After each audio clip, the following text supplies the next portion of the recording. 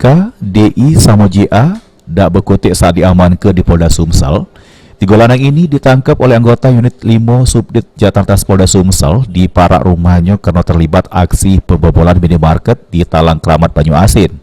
Juru penangkapan tersebut oleh petugas, ketiga tersangka yang berstatus residivis harus ditembak sikilnya karena berusaha berlari pas ditangkap. Setidaknya ada 3 LP terkait aksi kejahatan yang dilakukan oleh para tersangka. Ini petugas masih terus melakukan pengembangan terkait aksi kejahatan lainnya yang dilakukan oleh para tersangka.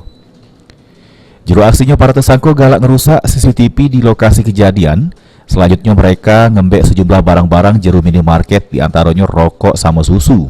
Mungkin untuk menghilangkan jejak para pelaku ini dengan menggasak dulu pertama CCTV yang mereka incar, kemudian dia mengambil di Alfamart seperti rokok, kemudian susu kaleng, kemudian barang-barang apa aja yang ada di situ mereka sikat. Salah satu tersangka yang ditangkap mengaku kalau mereka awalnya mati ke sekring minimarket, lalu ngerusak gembok lawang depan make gunting besi. Itu Caro Malik ya? Dari depan itu. Terus? Mati sekring.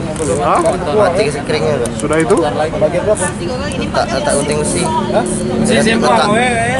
Tak gembok. Masuk. Oleh barang dia nyambut. Tapi bertiga masuk. Berapa lokasi kamu bobol? Itu lah, Pak. Alfamart tuh lah. Iya. Alfamart di mana? Talang Kramat.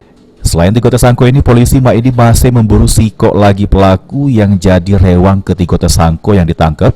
Ini buat 3 tersangka yang sudah ditangkap dijeblos ke juru tahanan Polda Sumsel. Firman Hidayat, PAL TV.